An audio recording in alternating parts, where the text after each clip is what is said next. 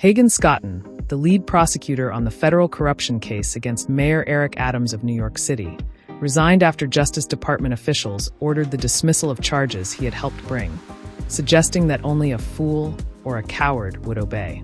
In an undated, scathing resignation letter, Mr. Scotton wrote that any federal prosecutor would know that our laws and traditions do not allow using the prosecutorial power to influence other citizens, much less elected officials.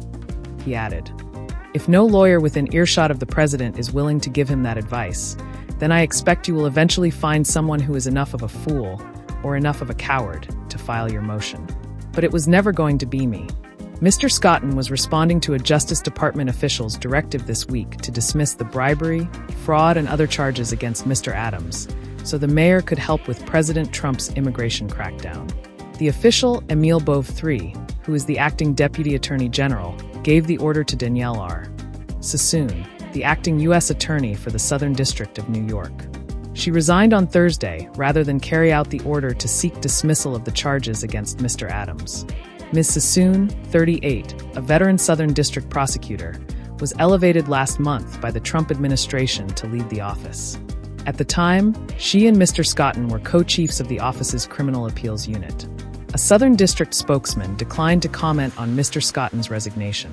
Mr. Scotton served 3 combat tours in Iraq as a U.S. Army Special Forces officer and earned 2 Bronze Stars. He graduated from Harvard Law School and clerked for Chief Justice John G. Roberts Jr. of the U.S. Supreme Court and for Brett M. Kavanaugh before he, too, became a Supreme Court justice. Mr. Scotton has led the investigation into Mr. Adams since it began in the summer of 2021. It resulted in an indictment that was announced in September by a previous U.S. Attorney, Damian Williams, an appointee of President Joseph R. Biden Jr. In a hearing in October, Mr. Scotton said in court that additional charges could be brought and additional defendants charged. Ms. Sassoon, in a letter on Thursday, noted that the Southern District was prepared to seek a new indictment that would add an obstruction count based on evidence the mayor destroyed and told others to destroy evidence and to lie to the FBI. She said such an indictment would also include new campaign finance accusations. A lawyer for Mr. Adams, Alex Spiro, responded to the threat of new accusations, saying that if federal prosecutors had any proof whatsoever that the mayor destroyed evidence, they would have brought those charges, as they continually threatened to do, but didn't over months and months. In his 4-paragraph letter, Mr. Scotton expressed disdain for Mr. Bove's rationale for dismissing the case.